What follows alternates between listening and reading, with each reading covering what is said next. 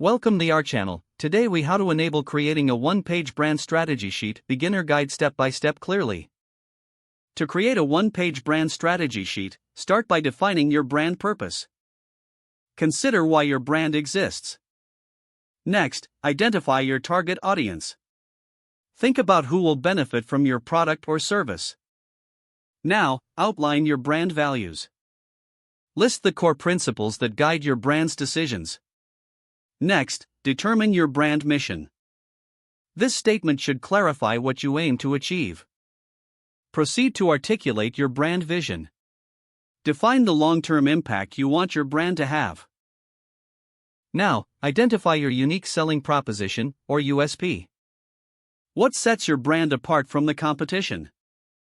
Next, analyze your competitors. Understand their strengths and weaknesses. Now, summarize your brand personality. Are you fun, serious, or innovative? Next, define your brand voice. How will you communicate with your audience? After that, create a visual identity overview.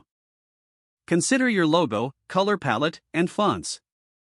Finally, put all these elements together on one sheet.